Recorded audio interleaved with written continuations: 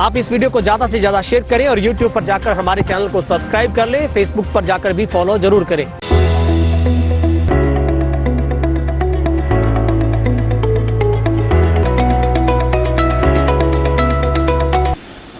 नमस्कार, तेज हरियाणा से गुरविंदर पन्नू। और पिछले कुछ दिनों से जिस तरीके से राजनीतिक तौर पर बड़ी हलचल नज़र आने लगी है वो ये है कि आईएनएलडी की तरफ से जो एक नई शुरुआत, एक नई पारी की शुरुआत, इस तरीके का कुछ आगाज़ हुआ है, जहां पर हम देख रहे हैं बीते कई सप्ताह से लगातार बहुत बड़ी संख्या में लोगों का जो दूसरे दलों को छोड़कर आईएनएलडी को ज्वाइन करना एक बड़ी लहर के संकेत मिल रहे हैं।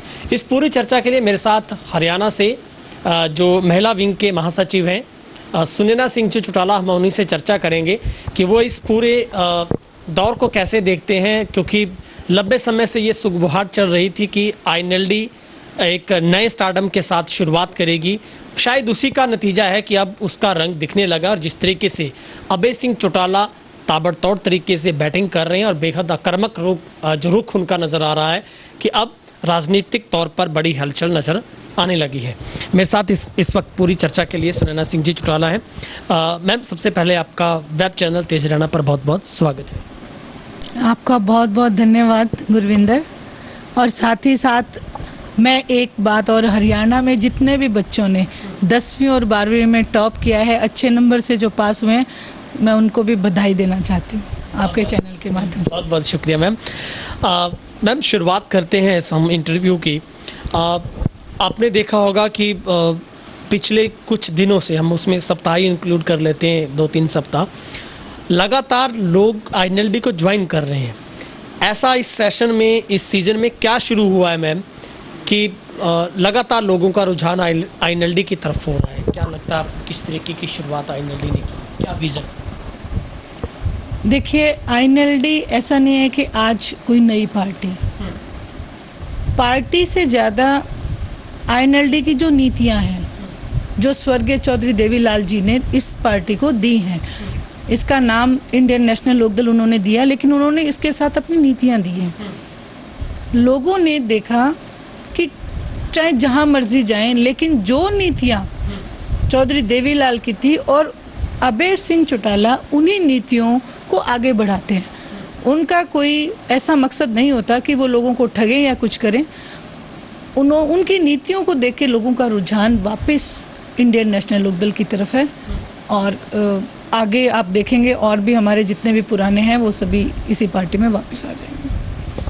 क्या सुनैना जी, कोई खास रणनीति भी तैयार की गई है, कोई एक्सक्लूसिव ऐसी जानकारी जो हम तक आप साझा करना चाहें कि जिसके तहत एक नई स्ट्रैटेजी तैयार की गई आईएनएलडी की तरफ से? कि आपने देखा होगा कि अभय सिंह चौटाला जी की वो मेहनत थी कि विदेशों से लोगों को इस कोरोना की घड़ी में वापस बुलाया गया। उन लोगों ने सोशल मीडिया पर आकर आईएनएलडी का धन्यवाद किया, अभय सिंह चौटाला का उन्होंने धन्यवाद किया। क्या संकेत माने जाए जहाँ पर बीजेपी जेजेपी की सरकार के बीच में भी लोग अपने नेता के तौर पर तो अभय सिंह चौटाला को देख रहे हैं अभी भी?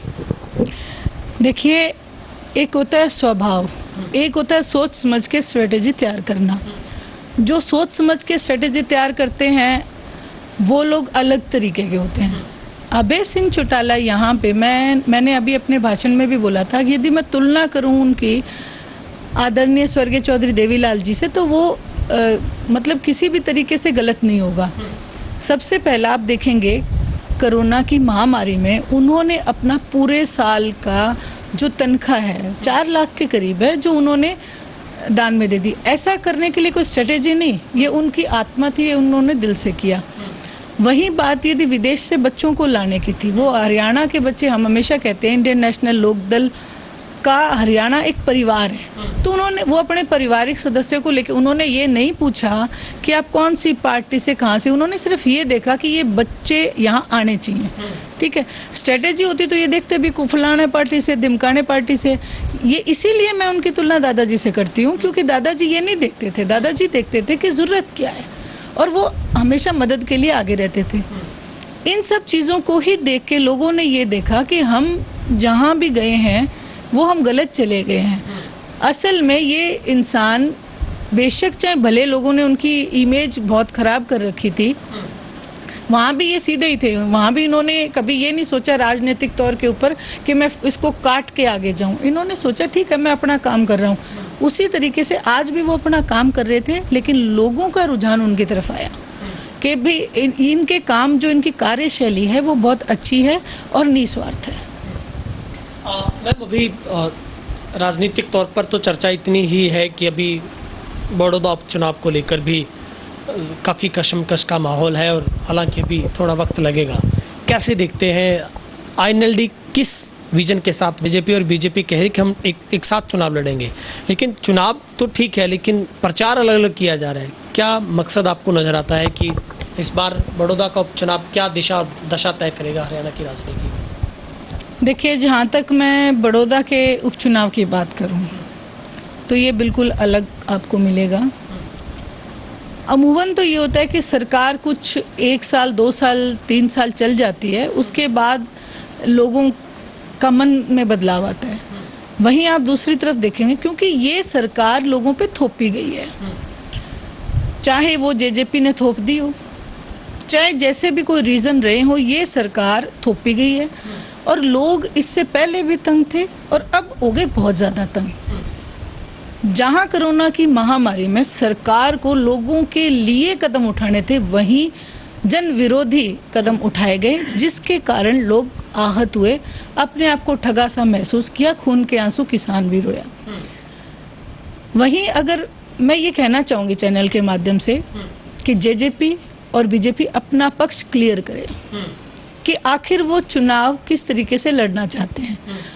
और वहीं अगर आईएनएलडी की बात करूं तो आईएनएलडी ने जैसे पहले चुनाव लड़े उसी तरीके से चुनाव लड़ेंगे। वो अपनी नीतियों पे, वो दादाजी की नीतियों को आगे बढ़ाना चाहते हैं, वो लोगों के लिए कुछ करना चाहते हैं, जहाँ किसान भी सुखी रहे, हमारा जवान भी सुखी रहे, छोटे दुकानदार व्यापारी, जहाँ पे हर वर्ग को मद्देनजर रखते हुए काम किया जाए ताकि सभी खुशहाल रहें। ऐसा नहीं कि किसी एक वर्ग को आप ताकत दे दो, दूसरे सभी वर्गों को आप मिटा दो। ऐसे करने से ना राजनीति चलती है ना दुनिया चलती है।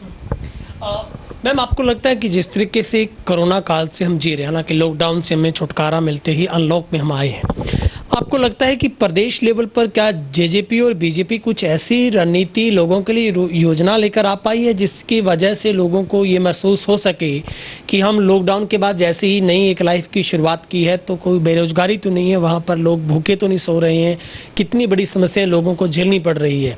आपको लगता है कि बीजेपी जेजेपी इसमें स्पष्ट हो पाई है कि जनता उसकी सुखी है, उसके लिए उन्होंने लॉकडाउन के बाद कोई नई योजना शुरू की हो? लगता है आपको भले के लिए कुछ किया? देखो गुरविंदर, आप और हमसे कुछ छुपा नहीं है। कोरोना की महामारी में किसी भी एक भी सत्ता पक्ष का लीडर अपना पक्ष लेके ये नहीं आया कि मैं लोगों की मदद के लिए आगे आया हूँ या उन्होंने कुछ किया। वहीं अगर बात हम करें कि उनके सुख सुविधा साधन के लिए, तो लॉकडाउन के दौरान भी वो मरे, और जैसे ही लॉकडाउन खुला आपने देखा होगा कि तेल के रेट बढ़ा दिए गए, डीजल बढ़ा दिया गया। आज तक कभी इतना ऐसे डीजल नहीं बढ़ा दिया गया। वहीं यदि मजदूरों को ले जाने की बात थी कि भी जो बेचारे मजदूरी करते उनके लिए 2600 रुपये बस का किराया, मेरे खुद यहाँ पे बिहार के जो लोग हैं वो अगर बस का रेट पूछने के 2600 रुपये, वहाँ भी सरकार ने कुछ नहीं किया। आप देखेंगे अभय सिंह चौटाला ने आप ये जो किट होती हैं ये सरकार को डोनेट की हैं 1 ट्रक कि आप लोग हमारे हरियाणा को बचाओ, ठीक है। वही मास्क 1 ट्रक बांटे, सैनिटाइजर 1 ट्रक बांटे। अपनी फसल पूरी 70 एकड़ की जितनी भी गेहूं की फसल थी वो यूं की यूं हमारे अपने लोगों के लिए छोड़ दी, भी जो मेरे हरियाणा प्रदेश के लोग हैं। उसमें ये तो नहीं पूछा गया कि ये मास्क फलानी पार्टी के लोगों को देने हैं, कुछ नहीं। जो किट दिए वो सरकार को दिए, ये तो नहीं कि ये इस पार्टी के लोगों को दिए। तो मैं ये कहना चाहती हूँ ये फ़र्क है, बहुत बड़ा फ़र्क है, एक सोच का, एक नीति का। सत्ता पक्ष के लोगों में से ना तो कोई ऐसा लीडर आया छाती ठोक के भी चलो मैं आता हूँ। वहीं आप ये देखोगे कि किसान जब सड़कों पे बेहाल था, कोरोना की महामारी चारों तरफ, अभी भी है, लेकिन अब लॉकडाउन खुल गया है तो हम थोड़ा रिलीफ महसूस करें। लेकिन उस वक्त किसान अपने ट्रैक्टर ट्राली को लेके लाइन में लगा हुआ था, ऊपर से बरसात का मौसम। आज़ादी के बाद यदि कोई गेहूं घोटाला बड़े लेवल पे हुआ है ना, तो ये बीजेपी की सरकार में हुआ है। सरसों का घोटाला हुआ तो बीजेपी की सरकार में हुआ है। चावल का घोटाला हुआ है तो यानी कि किसान को आपने मार दिया। और शराब घोटाला उस लेवल पे हुआ है जो आज तक पिक्चर साफ नहीं हो पाई है। आप शराब तो खोलने की बात कर रहे हो, किसान को बांधने की बात कर रहे हो जो कि अन्नदाता है। तो ये बहुत सारी ऐसी चीजें हैं जिनसे लोग बहुत आहत हो गए और इनकी नीतियों को समझ चुके हैं। मैं आज फिर आपके चैनल के माध्यम से पूरे हरियाणा से गुजारिश करूंगी, मैं हमेशा करती हूँ कि इस बीजेपी की नीतियों को आप पहचानें। मैं ये नहीं कहती हूँ कि भी आप हमारे, लेकिन आप नीतियों को देखें। नीतियों को देख के जितनी जन कल्याण की नीतियाँ इंडियन नेशनल लोकदल के पास हैं, उनका 1% भी बीजेपी के पास नहीं है। मैम, आपके पास तो बहुत बड़ी जिम्मेवारी है, महिला महासचिव हैं आप, और हरी चुनरी चौपाल आपका कार्यक्रम था। क्या लगता है, क्या रणनीति आपकी तरफ से भी, क्या कोरोना की वजह से आप भी बैकफुट पर हैं? आपका कार्यक्रम हमने कई दिनों से देखा नहीं है, क्योंकि आप तो हरियाणा के अलग अलग हिस्सों में पहले गए। कब तक माने हरी चुनरी चौपाल की शुरुआत हो रही है? देखिए, ये बात बिल्कुल सही है कि लॉकडाउन की वजह से कहीं ना कहीं हर वर्ग, हर जगह हमें थोड़ा सा बैक स्टेप पे आना पड़ा। वही बात, लेकिन आपको मैं ये कहूँ कि आज इंडियन नेशनल लोकदल में चाहे वो कोई भी वर्ग है, जैसे महिला वर्ग है तो हमेशा फ़ोन आएंगे कि हम आपसे जुड़ना चाहते हैं। उसकी वजह सिर्फ कुछ वायदे पिछली सरकार में किए थे, बेटी बचाओ, बेटी पढ़ाओ, ये सब चीज़ें नारे दिए गए थे, लेकिन किया कुछ नहीं गया था। वहीं हम अभी क्या करने जा रहे हैं कि जो पहले भी हमारे दिमाग में ये पहले भी था और अब भी है कि महिलाओं को इस तरीके से आगे लाया जाए ताकि वो अपने पैरों पे मजबूती महसूस कर सकें। और वहीं थाने वगैरह की भी मैंने बात की थी कि भी थाने होने चाहिए हर महिलाओं की सुविधा के लिए, तो वो चीज़ें भी हम करेंगे। लेकिन उन सब चीज़ों के लिए हमें अभी मेहनत करनी है और हम पूरे तरीके से मेहनत करेंगे। और आने वाले समय में इंडियन नेशनल लोकदल की सरकार बनते ही जो हम बात करेंगे महिलाओं के लिए, वो सारी की सारी लागू होगी।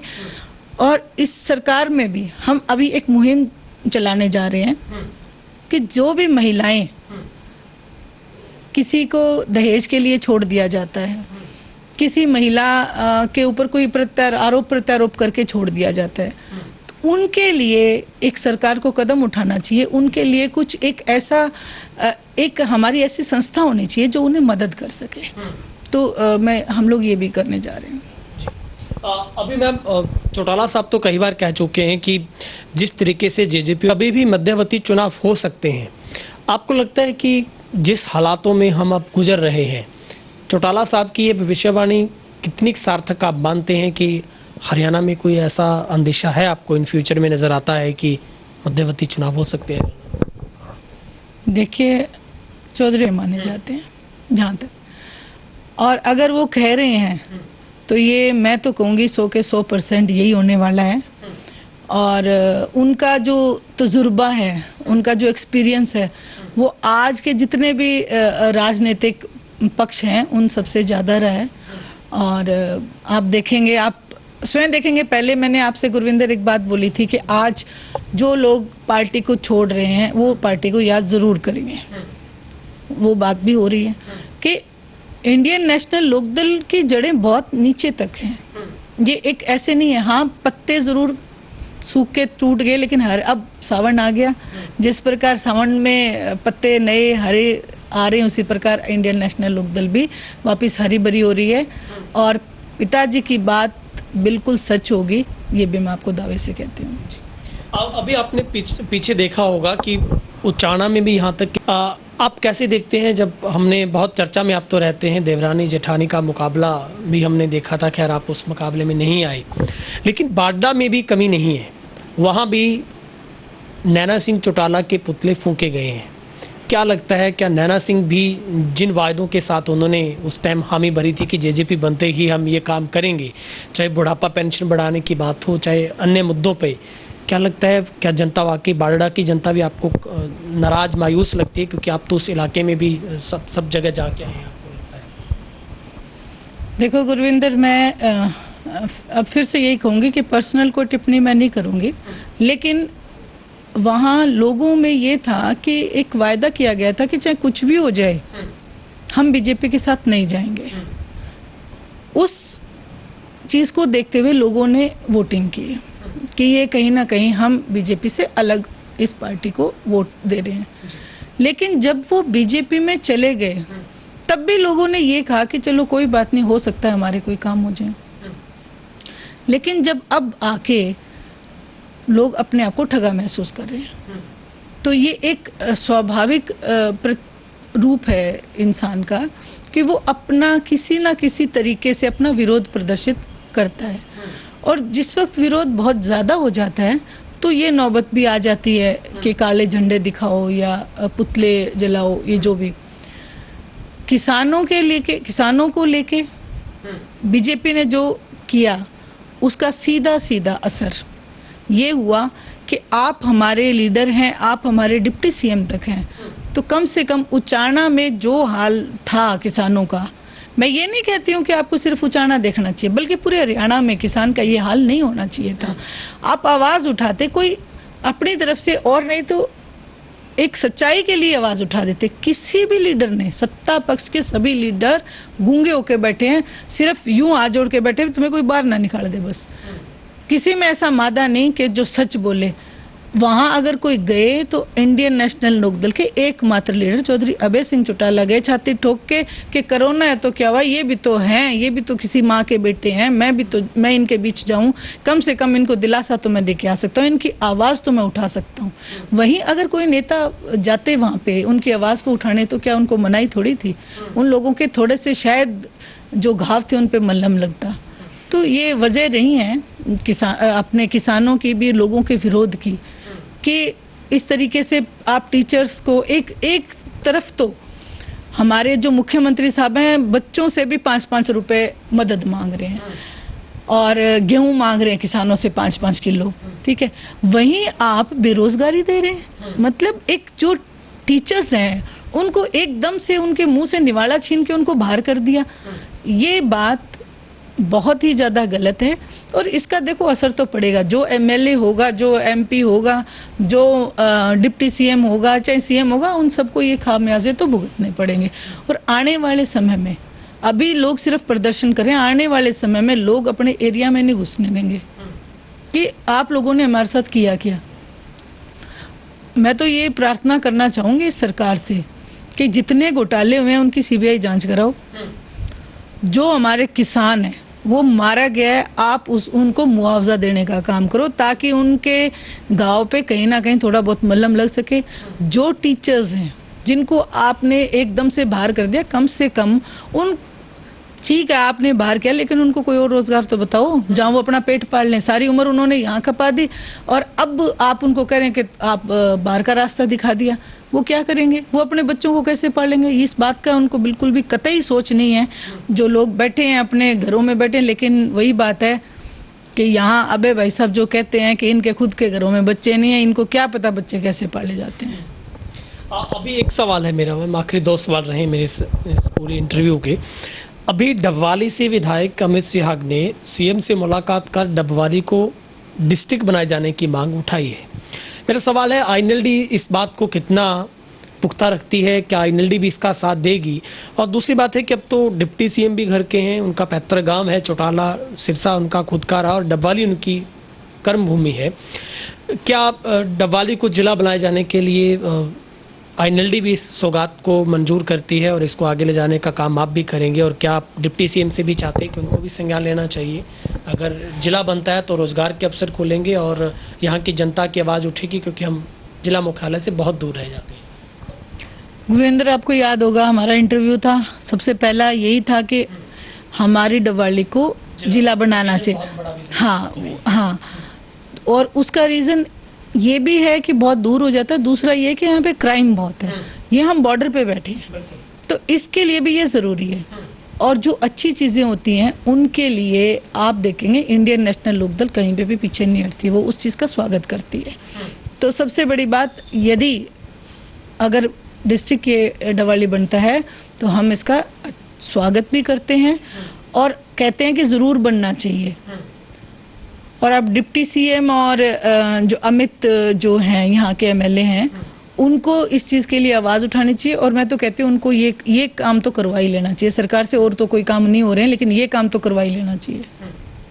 बिल्कुल, आखिरी सवाल है मैम, किस तरीके से माना जाए आने वाला वक्त है जो जैसे हम बीत रहे हैं, आईएनएलडी की क्या स्ट्रेटजी है ओवरऑल? अगर मैं आपसे जानना चाहूँ, क्या अब अभय सिंह चौटाला और इधर से महिलाओं के लिए सुनैना सिंह चौटाला एक बड़े किसी रणनीति की तैयारी में है? बहुत जल्दी आप भी हरी चुनरी चौपाल, आपने बताया कि बहुत बड़े लेवल पर आप भी करने जा रहे हैं और एक नई शुरुआत आप महिलाओं के लिए करने जा रहे हैं। क्या माना जाए, आप कह रहे हैं कि आने वाला वक्त बहुत अच्छा होगा और जिस तरीके से लोग लगातार आईएनएलडी के साथ जुड़ रहे हैं, क्या संकेत इस बात के साथ?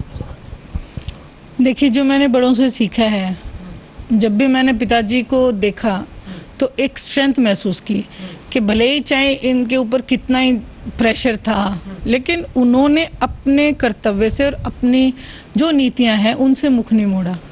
चाहे उसका खामियाजा उन्हें विघटन के रूप में भुगतना पड़ा, लेकिन उन्होंने उस नीति को नहीं छोड़ा। और मैं ये मानती हूँ, जहाँ अच्छी नीति होती है वहाँ रास्ता परमात्मा अपने आप बना देता है। तो यही है कि इंडियन नेशनल लोकदल की नीतियाँ ही ऐसी हैं कि जो आगे जाके जन कल्याण की हैं, और उन्हीं नीतियों को आगे ले जाते हुए, दादाजी की नीतियों को बढ़ाते हुए, चौधरी देवीलाल कोई एक छोटी हस्ती नहीं थे, वो एक बहुत महान लीडर थे जिनकी नीतियां अगर आप पढ़ेंगे तो एक एक वर्ग के लिए उनकी नीतियां लागू होती हैं, एक एक वर्ग का फ़ायदा उन नीतियों में है। तो उन्हीं नीतियों को आगे बढ़ाते हुए, और साथ में अब उस समय इतना महिलाओं का नहीं था, लेकिन साथ में अब महिला वर्ग भी इतना मजबूत है हमारा। अगर आज भी मैं हरियाणा में निकल जाऊं तो आप देखेंगे कि जो मेरी पिछली चुनरी चौपाल थी उससे कहीं 3 गुना ज़्यादा बड़ी हरी चुनरी चौपाल होगी, ज़रूर होगी। उसका एक रीज़न है, क्योंकि देखो, मैं ये नहीं कहती हूँ कि भी मैं उनकी वकालत करूँगी, लेकिन मैं जो उनके अंदर की जो चीज़ है, जो उनका टैलेंट है, मैं उसको आगे लाने की कोशिश करूँगी। प्रत्येक महिला का मैं सोचती हूँ कि एक अलग अपनी एक पहचान होती है, वो पहचान दब के ना रहे, वो पहचान सामने आए, मेरी ये कोशिश रहेगी। आपने मैम वक्त निकाला और बातचीत की, बहुत बहुत आपका शुक्रिया। आपका भी बहुत बहुत धन्यवाद गुरविंदर, और आपके लिए बेस्ट विशेस। मैंने हमेशा देखा है कि आप टू द पॉइंट एक एक न्यूज़ का अपडेट रहते हो। भगवान आपको ये शक्ति दे और हमेशा आप इसी तरह इंटरव्यू करते रहें। बहुत बहुत शुक्रिया, थैंक यू। तो ये थे मेरे साथ महिला महासचिव आईएनएलडी की तरफ से सुनैना सिंह चौटाला, जिन्होंने बड़े बेबाक तरीके से तमाम सवालों के जवाब दिए हैं, और हमने कोशिश की है उन तमाम सवालों को जो आपकी जिज्ञासा के मुताबिक हम जानना चाहते थे। और कहीं ना कहीं एक बड़ी रणनीति की तैयारी में आईएनएलडी अपने पूरे ग्राउंड को तैयार कर चुकी है, जिसकी शुरुआत तो यहीं से नज़र आ रही है कि जिस तरीके से अब वही लोग जो कभी छोड़ कर गए थे, अब वही कह रहे हैं कि हम अपने घर में वापसी, पुराने उसी घर में वापसी कर रहे हैं। लेकिन वक्त के साथ साथ अभी आगे चलना है और तमाम बातें फ्यूचर के गर्भ में छोड़ देते हैं। लेकिन आईएनएलडी की तरफ से अभय सिंह चौटाला और सुनैना सिंह चौटाला भी इस बात को साफ कर चुके हैं कि आने वाला वक्त आईएनएलडी का है। लेकिन ये मैं फ्यूचर पे छोड़ देता हूँ। राजनीति में बहुत कुछ बनता है तो बहुत कुछ नया होता है। लेकिन आपको अगर वीडियो अच्छा लगे तो आप इसको शेयर कर दें, सब्सक्राइब कर दें हमारे चैनल को, कमेंट्स करें।